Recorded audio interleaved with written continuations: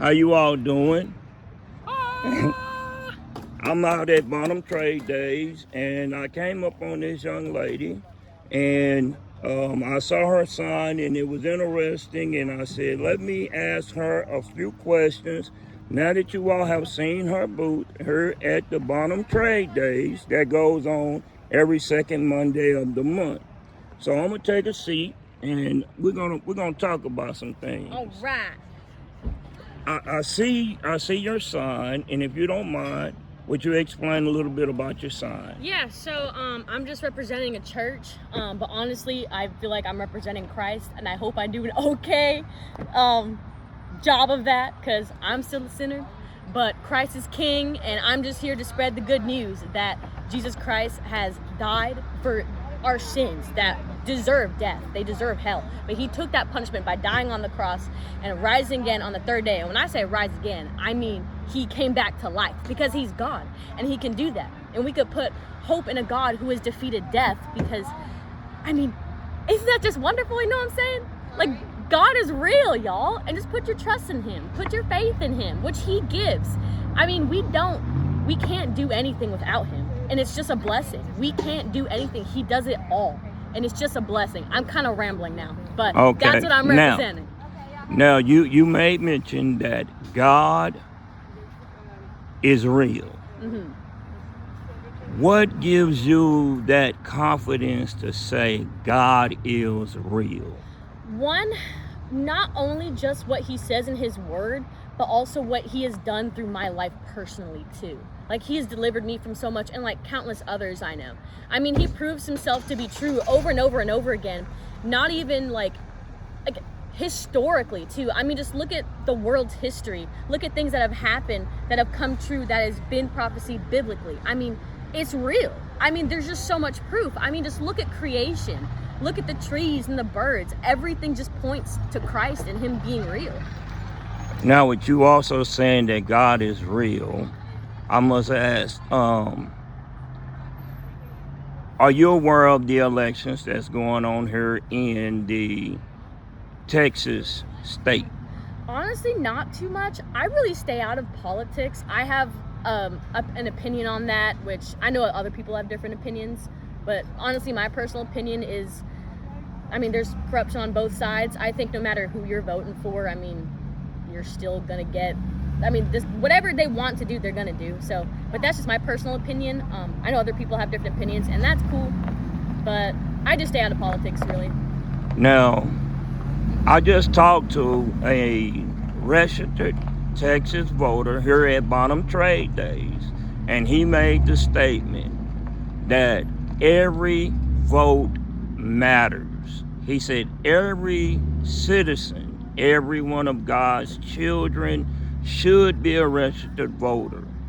Hearing that statement, how would you respond to that if he'd have said that to you? I mean, I think I would just ask questions, because honestly, I don't even feel like I really know that much. I mean, they ain't teaching this in school, that's for sure. So, or I probably just didn't pay attention. Okay, well, may I ask, how old are you? I'm 22. You're 22, so are you a Texas resident? Mm-hmm. And what county do you live in? I live in Hunt County. Hunt County. What's the county seat? Or what's one of the cities within Hunt County? Wolf City is a city in Hunt County. Wolf City is in Hunt County. So, Hunt County election chairman. Here is a 22-year-old young lady that really needs you to reach out to her and see if you all can help her become a registered voter and begin to understand the process and show her how her vote does matter. Now, my next question, considering that you say God is real, I also have spoken with other young people that says church and state should be separate. What is your opinion of that statement, that church and state should be separate? So hear me out. to an extent, I agree with that, because I don't want the state to tell me how I'm supposed to worship the Lord. The Lord tells us how we're supposed to worship God. But at the same time, I hope that the church is bold enough to speak about the Lord, and that more people would be saved, that we wouldn't, that the leaders would just end up being Christians and have convictions that are biblical. Does that make sense? It's kind of like a yes, but no. Does that make sense? Yes. One of the things that the gentleman that I interviewed here at Bonham Trade Days, he said that our elected leaders should be more of they should have some godly example about them. Yes. As part of that should be part of the evaluation for them as a candidate. So that's kind of, would you kind of say that that's borderline of what you were saying also? Yeah, yeah, I would agree with that. Hold on, do you mind repeating it just to make sure I got it correct? Okay, I said that basically he was saying that the elected officials should have some godly examples. They should be living right. They should be doing the things that God say do. I would agree with that for sure, because if I'm trying to figure out how to word it correctly. Say what's on your heart. Don't try to polish it. Be real, because your real will help someone else learn. Maybe they feel the same way, and maybe it will give them the confidence to say to their church leadership, I'm going to say church leadership. I'm not going to get into titles, but I'm going to say church leadership or church member, and maybe explain to them. But by you voicing it, they might find the courage to go and say, okay, I want to be better. But you might help them open that door. Yeah. The question was, should elected leaders have godly morals? Yes. Well, absolutely. Everyone should, whether you're a leader or not, because that's the standard. Whether you believe in God or not, the standard is the same for everyone, and it is to worship God and do what he says. So yeah, I would definitely agree with that for sure. By you saying that you are 22 years old, meaning I'm going to say that you are a young lady, what would you say should be the best approach, or what should individuals like myself consider when we are approaching to talk to you younger individuals about the importance of the electoral process, the election process, the campaign process? What should we consider when we are approaching you all?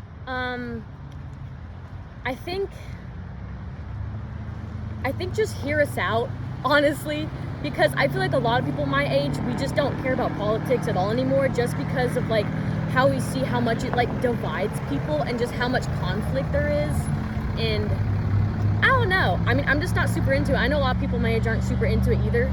I know that might just be me and my friends, but I don't know. I guess just listen to us and actually sit down and explain without getting frustrated. And I've run into that quite a few times. If I say something, it's well, you're just 22, you don't know anything. It's well, then say something. Teach me then. You know what I'm saying? Yes. So I think that's the biggest thing, probably. So let me recap this real quick, if you don't mind. Yeah. 22 years old, believe in God, but do not quite understand the political process, would be willing to listen to someone if you are heard also, and actually have a conversation and not talked down to, not shunned because you have questions. Yeah, or because I'm younger too. I want to learn, but just be gentle, be patient with me. I'm sensitive. You're sensitive. That's a good word, sensitive. Can you describe what you mean by you're sensitive? Because Gen X, myself, when I hear that word sensitive, the first thing I hear in my brain is I lack empathy, because I can't truly relate to sensitivity. We wasn't raised that way. We was raised to suck it up and drive on. Yeah, I mean, sorry, go ahead. So would you please kind of elaborate on describing sensitivity to us older generations to where maybe we can get some bridge in that communication? Sensitive. I don't know. I'm trying to figure out like how would I even word that. Honest assessment of your definition of sensitivity.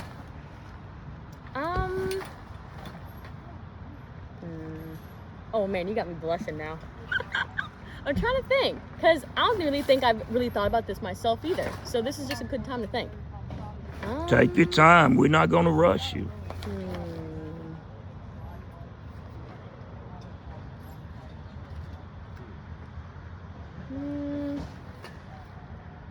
I think, I don't know, not that either. Oh man, you kind of caught me off guard. Well, that's the whole point of us learning, and how you just said about us being willing to listen, because now it allows you also to be strengthened and say, okay, let me get a little better prepared. Let me really look at myself. Let me do a self-assessment to where I'm now able, if someone do approach me now, it gives you something to think about. Yeah, that's because so true. I'm gonna ask this then, based on our conversation. Is this interview going the way you had expected? A little, yeah. Well, kind of no. I wasn't expecting to go into politics, but You mean like the center? I mean, I'm just here to talk, so I don't mind. I like to talk.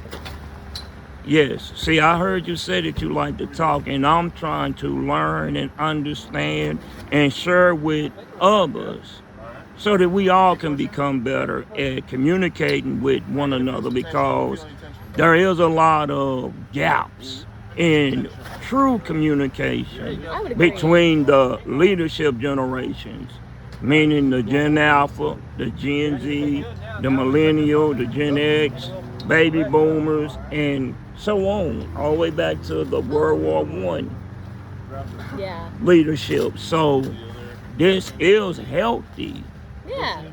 conversation, I would say. Well, young lady, I appreciate you sharing with me, and I hope our conversation does strengthen others. Yeah. And now I definitely have some things to think about when I go home, so I appreciate it. Okay, when you say can you share on possibly 2 things that you feel you must think about since you said that?